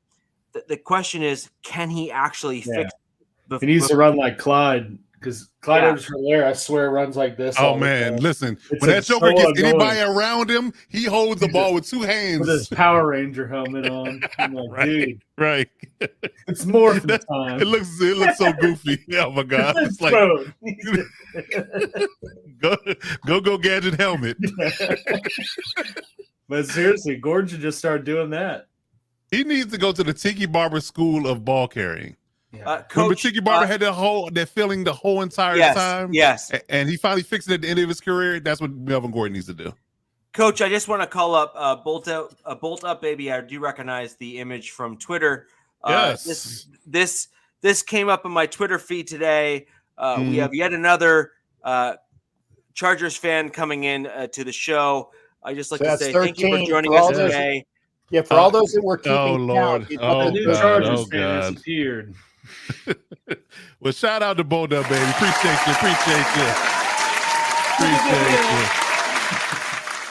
Yes, but that's when it comes to Lombardi taking the foot off the gas. I agree. He has to be aggressive throughout the games, especially when it's time to go for the kill shot. He has yet to do that. If he goes for the kill shot and puts the game away, a la most like what the Chiefs did to the Bucs. They just kept their foot on the gas the whole game. They just was spinning their wheels trying to figure out how to stop them. They couldn't do it. So if you have the ability to do that, just go for the juggler, rip the throat out, and just go ahead and get the game over with. I definitely agree with you in that regard.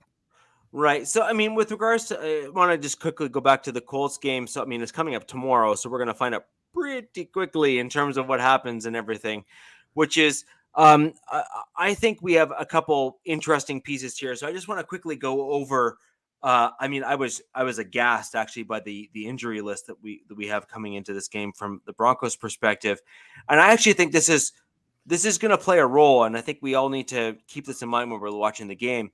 So, we have a safety, PJ Locke, who has traditionally played in that linebacker / safety role when we go into the dime packages, and that's PJ Locke. He's going to be out with a concussion. That will, in fact, be a big deal.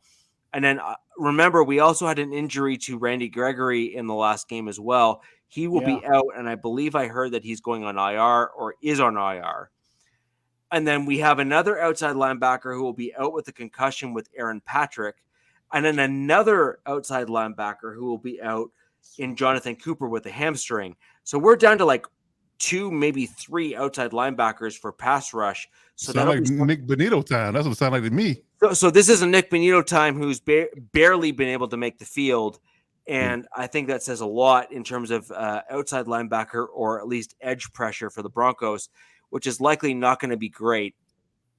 We also have Quinn Miners, who has again been ruled out in this game versus the Colts, which is something that needs to be factored in.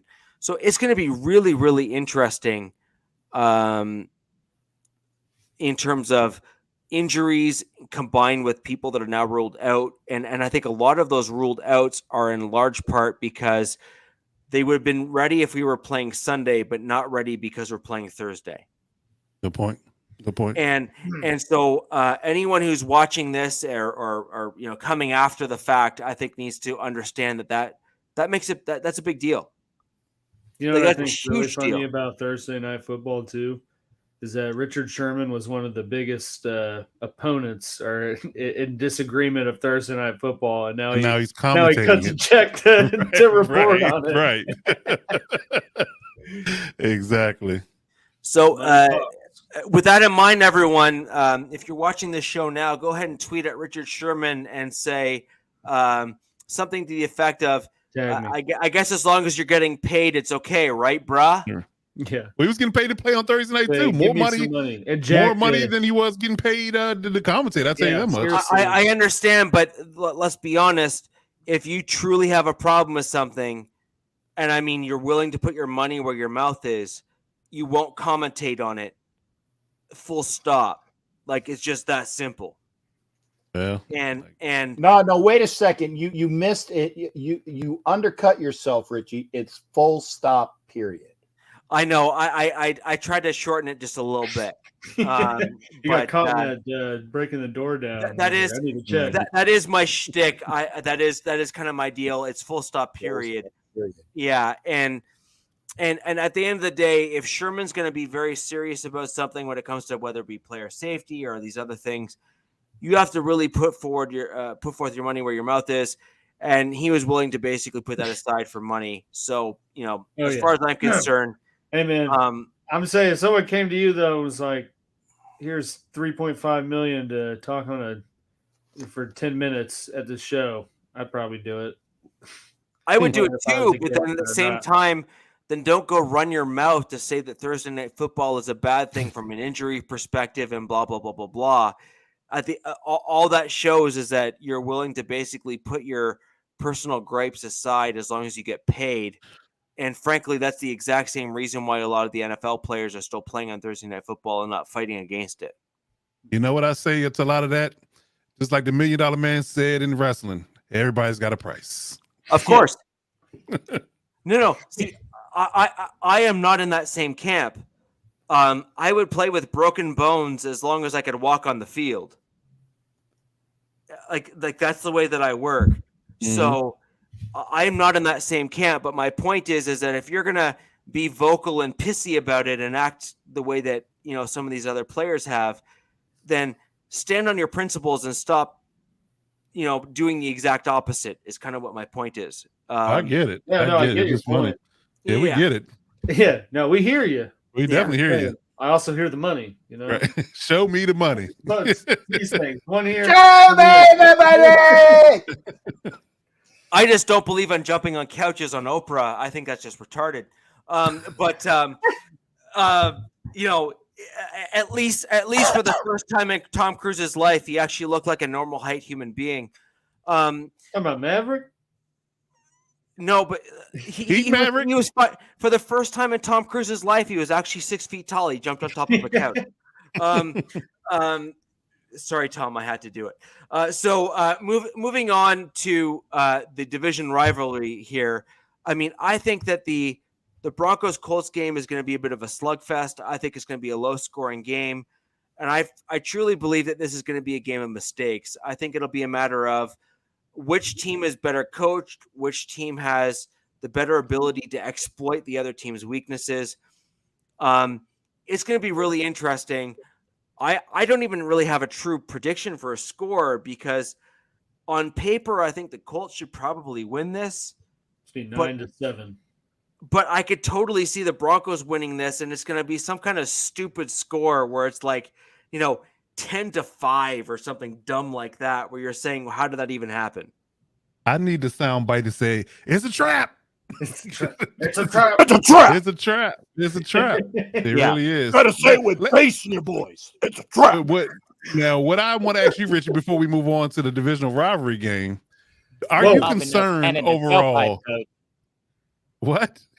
We're not falling for no banana in the tailpipe. You gotta say it with with some, I don't know. No banana in the tailpipe. You got into that purple magic dust, didn't you?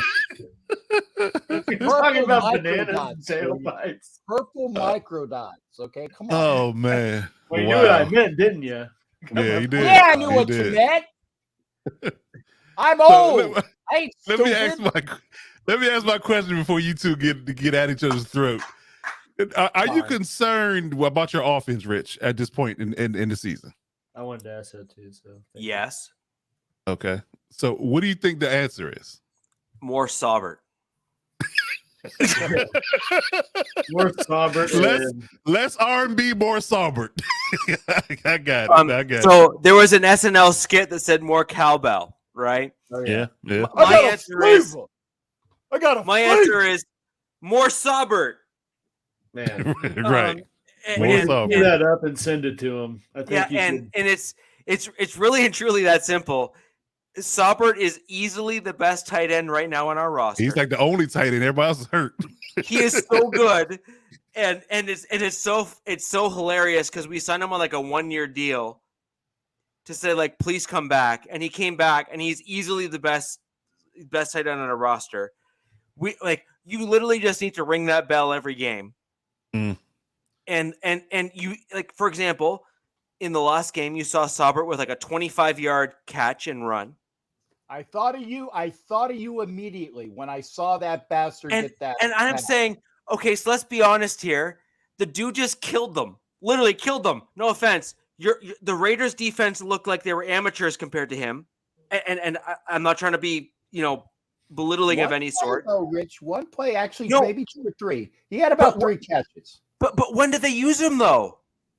Thank you. That's why I said when they did use him, he was quite effective. And I was going to say, like, damn, if he gets a touchdown, then friggin' Richie's going to say that I owe him the other. You do. Like, I will literally just take the Saubert jerseys rolling into my mailbox on like a regular. There you go. That's what I'm saying. And that's why I didn't bet, dude. I was not gonna take that bet. You should have. No, no, you lost. Get used to it. You were the one with the big mouth. I'm the one with the big mouth. Yes. Wow. But this is my point is he's won against zone and he's won against man coverage. He is a superior tight end to most in the NFL level. He is best suited for Denver's outside zone scheme offensive, like what we're trying to run. That's what he's designed. Like his skill set fits it. He was born to do this, huh? He was born to he was born to block outside zone. No, look, every player has a certain scheme that better suits their abilities. And Eric Saubert, his abilities are a combination style tight end, which is perfect for an outside zone run scheme. And that he was designed and built for this type of offensive scheme. He is showing out why he belongs in this type of offensive scheme. Albert Okanebowam was not designed for this because he's a pass-catching tight end. And even then, he's kind of shown some struggles in that this year, which is why he's basically from the bench. Saubert and Tomlinson have actually been better tight ends because they can do both. They can block and they can catch. And you need a tight end in this type of scheme to do both. Sure. You just need it. It's important. Now, I will say that there was only 2 plays against the Raiders game, and I hope we see more of it versus the Colts, which is flanking tight ends. So you need a tight end on the left, on the outside of the left tackle, and a tight end on the outside of the right tackle. And then you can break off either one of those tight ends in the pass catching game and have the other one actually block. And the Broncos need to basically instill and put more of that in the offensive scheme. I think you're going to start seeing that more of that because I believe our head coach has shown that he's more adaptable than our previous offensive coordinator. And I think you're seeing us feeling out what our player personnel is. But the sad part is we should have done that in the preseason. We just didn't. So that's really what the issue is. And so when I look ahead at the Colts game, I think you're going to see more flanking tight ends. I think we're going to need it. I think we're going to try to show that where our run game can still dominate. And I also think that Latavius Murray, who we just signed this previous season, I think will step in. And the one tight end that I do want to make sure that I call out for everyone here on the show is Divine Ezigbo. I want you to remember that name. It sounds like a skin condition. Sure. Is he from Zamunda? So you can say that all you want, but I think Divine Ezigbo is going to be the guy that you're going to see in this upcoming game. He showed out in this offensive scheme. I used to have pimples all over my face, but once I started using Divine Ezigbo, it went away. I was like, where is he going with this? Right. And it lands. So I think the real football analogy there is our run game was anemic, and then Divine Ezigbo stepped in, and holy cow! And I think that's going to be more aligned with what the Broncos are going to see. Is he is I think a unique running back and someone that you're going to want to pay attention to. So yes, Williams is out, but if you can pick Divine up, are you telling me I should go pick him up right now? Yeah, pretty much. Yeah, I'm doing it. I miss out on Mike Boone. You must be desperate. That's I am. Javonte was my number one, my RB1 in one league, man. Oh wow, I would have picked Murray up before him, but did you pick up Saubert yet, there, Alex? I don't need to. Okay. Oh, that's why. I agree. So he must have. Anyway, with regards to the Colts game and the Broncos game, I do think it's going to be a bit of a slugfest. I do think you're dealing with 2 teams that are at the bottom end of the league. The Broncos offensive line is in need of some adjustments. I don't think our coaching staff is willing to do that until the bye week. And I think you're going to see more pain on the Broncos offensive line. But at the end of the day, I do think the Broncos win this game. And I think you're going to see some of the new running backs really start taking over it. And I think that actually ultimately Divine Azigbo, again, that name again, is going to be the guy that gets called up and really show out. Yeah, sure. You can call it skin condition, but eventually he's going to play against you, Captain, and you're going to regret it. Pick him up in fantasy, man. Yeah. So, anyways, that's my 2 cents. That's my 2 cents. But I do want to go over to the divisional game here. We're going to go ahead and move over to the Raiders versus Chiefs. This is going to be an interesting one. Captain Alex, take it away. Go. I'll let you go first, man. Alex, I do want to hear from you first because I think it's going to be really interesting to hear what your take is in terms of what your team needs to do to beat the Raiders. The Raiders showed that they still have a relatively talented interior defensive line, although I think your offensive line is much better. So it'll be very, very interesting to see if the Raiders can continue their progress or if they're going to regress on the D line against the Chiefs. Yeah, well, I mean, I think regardless of what I say or how I think the game is going to be, it's going to end up being a close game because these always end up being that way, no matter how good or bad both teams are. But I think, like I said earlier, that you're going to see KC come out and play the Raiders a lot like they played Tampa Bay. And they're Sorry, just one sec. Yes, and I've said that consistently. I'm on record on Captain Jack's show for saying the same thing. Yes, and yes. Go on, Alex, before you were so rudely interrupted. Go ahead. You were rudely interrupted. I apologize. Yeah, seriously, man. But I don't even know what I was saying. I think it's going to end up being a close game just because that's how the Raiders and Chiefs always play. But I think you're going to see a lot of continuation of how they played last week in what is known to be kind of a more pressure-focused type of defense and getting the ball out quick and quick game and screens. Is there an echo or is that me? That's I you. hear it too. Hello. Hi. Testing. Yeah, whatever. Alex. Is it me? Yeah, it's got to be you because I don't hear an echo at all. Yeah.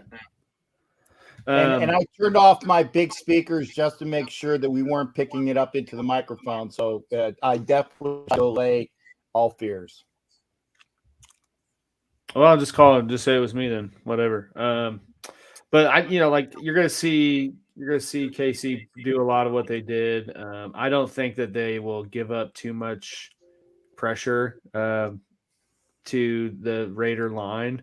It is the best, the best offensive line in the NFL, and all of them outside of Orlando Brown have a pretty high PFF rating in terms of how much pressure they give up.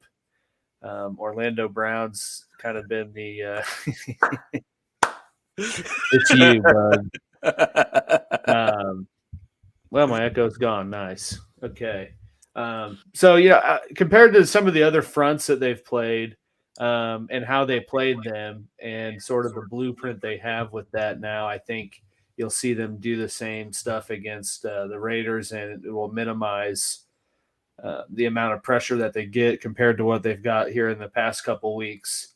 But I think you see sort of a continuation of what they've been doing, running the ball. The defense, like I said, for as good as the offense has looked in certain games, the defense has been consistent every game. Really, really been stout in the run game, been pretty surprisingly good in getting pressure on QBs and in the passing game. That game last week was the score is a lot closer than the game actually was. They were up 3 touchdowns, and if it wasn't for a Mahomes interception, it would have been a lot worse of a score. And that was just because of how good the defense was playing. For being a defense that lost your first round corner, you have your outside linebacker got a 4-game suspension in the middle of the season. not big names running off the edge. And they've just been able to be consistent in terms of being stout in the run game and getting pressure enough to sort of disguise the change or weaknesses in the secondary in terms of who they lost from last year. But I think that you're going to see a lot of what happened last week or how they play, and really the defense has been sort of on this continuous climb to being more effective and better every week, and has stopped the run up to this point. And I think that's going to be sort of the biggest focus point for the Raiders. Is really how any team's got to play KC to some degree, is keep the ball on their side of the field and keep the clock and possession time running for them. But that's sort of been why they've still been in these games, is because the defense has held opposing running backs to under 3 yards a carry. So you're kind of taking away that component of keeping Mahomes and the offense off the field. So if they can keep playing like that, then I think that they win in the long run. But like I said, I don't think it's going to be a 4-touchdown blowout or anything like that, just because that's just not how these games go. So I want to disagree with Jack Kenna here. Yeah, I was gonna do it for you, but go ahead. So the problem that Denver's defense has is that our back end of our defense is very good. Like our cornerbacks and safeties are excellent. We've cut safeties from our team that are basically starters on other teams. So, that tells you a lot about what the Broncos have done in terms of drafting the back end of our defense. And that all started with Vic Fangio in terms of how he drafted and brought in guys. His defensive staff really specialized in the back end of defenses, which is what made him really special in terms of how he played. Now, as you convert to looking ahead at Denver's defense, our interior defensive line has been subpar, and that is for many years now. In terms of interior defensive pressure, that's from the D tackle / nose tackle position, depending on the defensive front.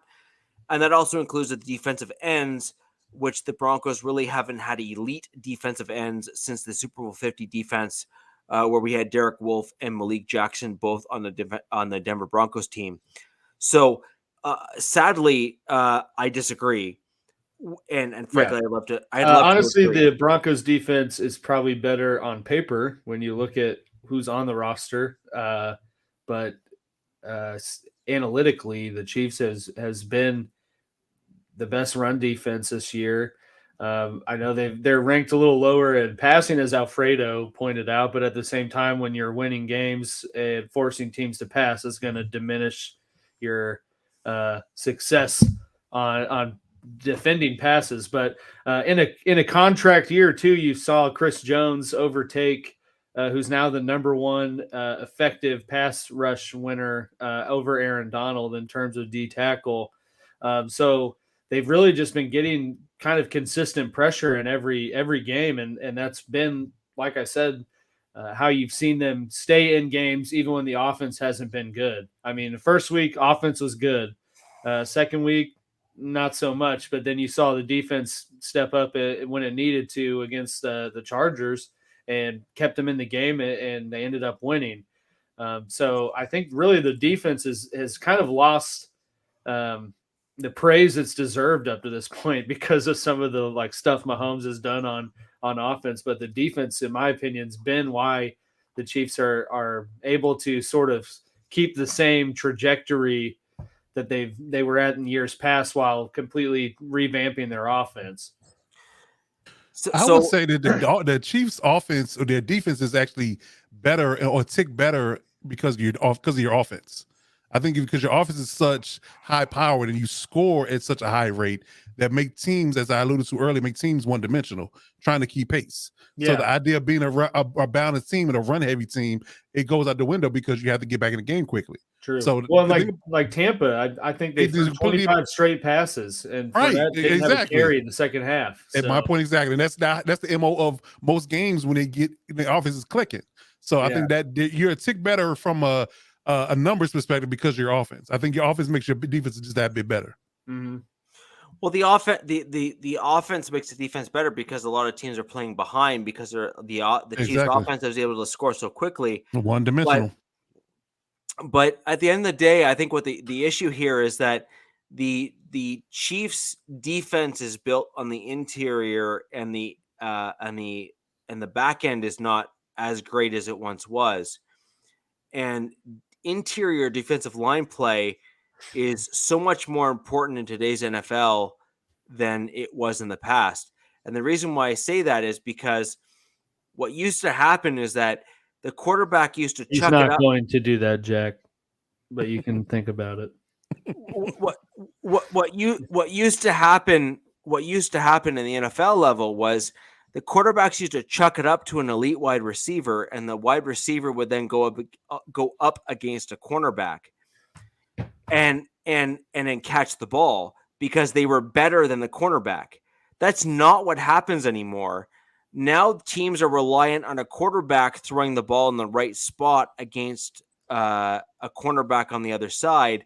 And the way you stop a quarterback from doing that is a proper defensive line or an elite defensive line. Yeah, pressure up the middle. And that's why you saw the Chiefs lose the Super Bowl against the Tampa Bay Buccaneers. It's not necessarily because Mahomes isn't a good quarterback. That's categorically false. He is an elite quarterback at the NFL level, but because the the offensive line rather for the Chiefs was banged up and were not as good as the Buccaneers interior defensive line, Mahomes struggled. And you saw that even with an elite quarterback against an elite defensive line, that the offensive line needed to be elite in order to compete against an elite defensive line, and they failed. And that's what makes today's NFL so much different than it was, say, in the 90s. The 90s, it was all about cornerbacks and wide receivers, whereas in today's NFL, it's all about the offensive line, quarterback, and defensive line on the interior. And that's a shift. And that's where you see today's NFL teams doing so well, and why I think you're going to see the Bills make it very far into the playoffs, and why other teams that have weak offensive lines not make it very far. And as much as it pains me to say it, the Chiefs' strategy of a strong offensive line plus an elite quarterback has been a winning one so far, and you can see it from what they've done this year. Yeah. I would love to hear your take on what you think. Yeah, the we're Raiders ready are for going to you. be key to victory for the Raiders. I was doing some comments in the chat, so apology. I think that again, and I'm going to go back to a bunch of the different points. By the way, normally I'd be about 27 minutes, actually half an hour back on my regular other Wednesday show, NFL Nation Live. We are taking a week off because Ref was in Wisconsin. Be sure to join us after this wonderful show, 9:00 Eastern on my channel and on the NFL Nation Live channel. We will be back next week. A couple different thoughts. The Chiefs defense is a lot better, as what Coach was alluding to. The offense who keeps the defense off the field and scores keeps them fresher, and it keeps them mostly from an output where they other teams are playing from behind, so they run into that defense. Like Alex was saying, the pass defense statistics are for losers. I think Raw Morris used to say that down here in fake pirate land. It doesn't matter. The Chiefs' run defense is good, and they have been playing well as well, because statistically people have to throw the ball more, and I even think that the Chiefs' run defense numbers are skewed because of that as well, because teams have to throw to win. As you can see, stats are for losers, okay? The Raiders will need to run the ball against the Kansas City defense. And here's the other thing as well. When Jacobs might not be getting all of those runs all the time, because that defense is solid, I don't think Parm is going to pancake Chris Jones, but I will say that James and Parm together on a double team might be able to move him for that hole that Jacobs will run through. You keep running Jacobs again and again and again, and they're going to get tired on him, and then you pop Zeus in there. We got 5 running backs on the roster, okay? 4. Brandon Bolden's one of them. Come on, like you got like 2.5 running backs. Captain. The question is timing. So, and I think what it'll be interesting to see, Alex, from the Chiefs is the wearing down. What most teams negate is as a team continues down a running game and refuses to give up on it, despite the fact that they may be down by, say, 3 or 5 points. So long as McDaniels shows discipline in how he enforces play calling, if he can force the running game to continue going on, so many teams give up on the running game when they don't need to. They basically give up on it when they're only down by 5 or 6 points. That's not enough. You need to give up on when you're like 10 points down or 15 points down or 17 points down. And I'm not sure that McDaniels is of a mindset to give up on the running game because he knows how important it is. Well, actually, then he just must have figured it out this past weekend, because it sure as didn't figure it out in game 1 when we were very close with the Chargers and he forgot how to run the ball. He didn't figure it out in Nashville when we were close and should have continued to run, and we lost by those points as well. McDaniels finally figured it out this past week because everybody and their grandmother was saying, you know what, Schmuck, you might want to run the ball because we got Jacobs and we got Zeus and we got other players. Yeah, and Bolden, I'm not going to really count Bolden because the guy is about as archaic and talked when Jesus Christ was a lieutenant in the Navy, okay? I'm just saying the guy's old. He's not as old as Keenan Allen old, but he's old. Okay. We had to come back to that. Had to come back to that, didn't you? Hey, Bolden is 32 years old. Stuff that works. Always come back to the stuff that works. Bolden is 32, so he is older than Keenan Allen. Yeah, he is. Anyway. It doesn't matter. It's a joke. You're allowed to use it when it's a joke. The point is that the Raiders will need to run the ball. They need to have a balance offensively. The short passing game, because again, I like our receivers against the secondary that the Chiefs have. Okay, I like the receivers in that respect. Now we do not have Hunter Renfrow. Receivers. We only throw to Devontae. No, excuse me, asshole, but you have not been paying attention the last. I have. Go look at the targets. Mac Hollins. Hello. He catches like 1 touchdown out of nowhere, but then the rest of the 15 targets has burned the Titans well, and he was a very good force in the last game as well. You might want to check up the stats there, big guy. Does that have to do with the throw? I am checking the stats, man. Yes. That's the guy with the long kind of hair with like the curls. Last game alone against the Broncos. Devontae Adams, 13 targets. How many did Matt Collins have? 5. Thank you. Okay, but when he caught the ball, every one of those freaking catches was a first down, asshole, motherfucker. I'm gonna say it. I'm gonna explode now. You caught me. By the way, Monday night it's a home game for KC. I was trying to be mellow, but you pissed me off, Andy Reid, son. You pissed me off. It's Reedson. Thank you. Okay. Point is, okay, if Darren Waller can figure out how to catch a ball and not drop him all the time, okay, because he dropped, I think, at least 2 touchdowns against the Titans, and Cole dropped 1 or 2. If we get Waller to play up, and if Foster Moreau comes back from his knee, I'm not sure about his status. But again, yeah, I know, DZ, I know. This is the big one, Elizabeth. I'm coming to see you, darling. I'm coming to see you, baby. Just have I'm blaming Alex. And normally it's Coach doing this to me, but this week it's Alex, okay?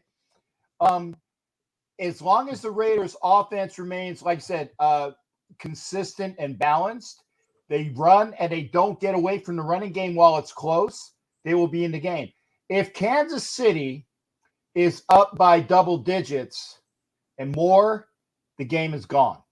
And I said that. The game is gone. If Kansas City is up by double digits or more, based upon what I've seen, the game is gone because McDaniels will just get out of the running attack and will just start throwing passes. Davante Adams has been whatever he's been advertised for. He is the man. He is the man. And he's made every bit of it. The defense for the Raiders has got to employ keeping Mahomes tied up, not so he can run around like the Munchkin did about 2 weeks ago when he was running around like the little kid without the cell phone, that like they were saying, Murray. If they keep Mahomes into a point where he can be capable, I like that. And that's why you got what do you call it? Cleve Farrell playing better. You got Chandler Jones doing his job. You got Max that's going to be up against these guys are a very good offensive line. But I like the fact that, the Raiders defense has been coming on. Now, I'm going to also address the fact that Perryman is in concussion protocol, and he is our best run-stopping linebacker. And that hurts. I think you're selling short. The Broncos' back end of the defense, in my opinion, is better than the Chiefs' back end of the defense. And as an example, I don't think the Chiefs have an answer for Surtain. Like I don't think there's an equivalent on the Chiefs' defensive backfield for Patrick Surtain in terms of how he played against Davante Adams. I don't think they. He's been pretty good. He's probably going to make a Pro Bowl, his first Pro Bowl this year. I bet he's good, but I don't think he's as good as Patrick Surtain is. And I think that what you're going to see from Davante Adams now that he and Carr have identified certain plays that have worked well, and they've worked through the ebbs and flows of kind of working together again at the NFL level now, because it's been a while since they've kind of thrown passes to one another against elite competition. I think you're going to start seeing Adams and Carr develop more of a shorthand. And I think that, again, like the Chiefs have a defensive line in Chris Jones and some other guys there. I don't think their defensive backfield is as good as Denver's, because I think our safeties combined with our cornerbacks are better. Yeah, but we would get better pressure than Denver would. So I mean, I don't disagree with that, but I also think that Carr is better than a lot of people are giving him credit for, and he'll throw a high ball arc that will drop down accurately to a guy like Davante Adams, who can likely catch a 50-50 ball. And I'm not time to do it. And I'm not convinced that the Chiefs have a defensive back that is at the same caliber as Patrick Surtain.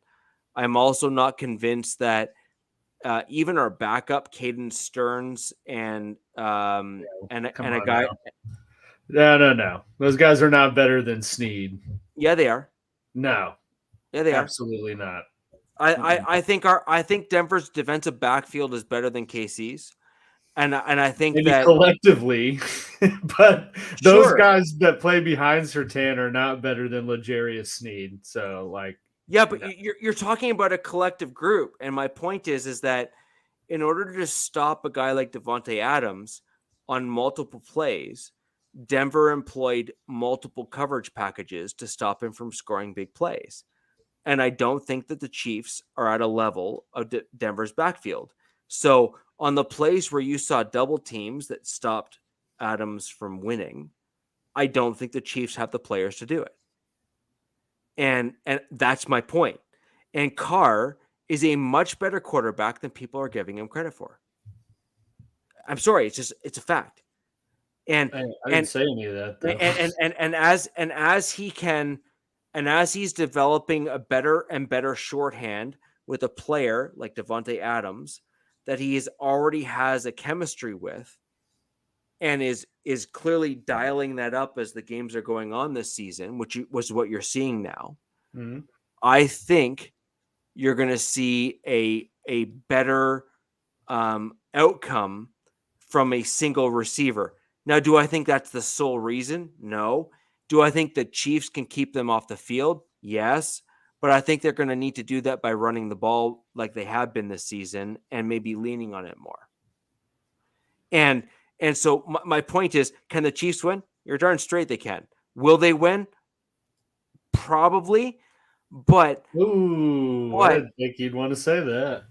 But at the end of the day, if the Chiefs try to pull the Patrick Mahomes is the greatest quarterback ever and he's going to throw the ball all around the field, I think that'll be a mistake, because I think the Raiders want you to go that route, because I think the interior defensive line pressure of the Chiefs is going to be legitimate.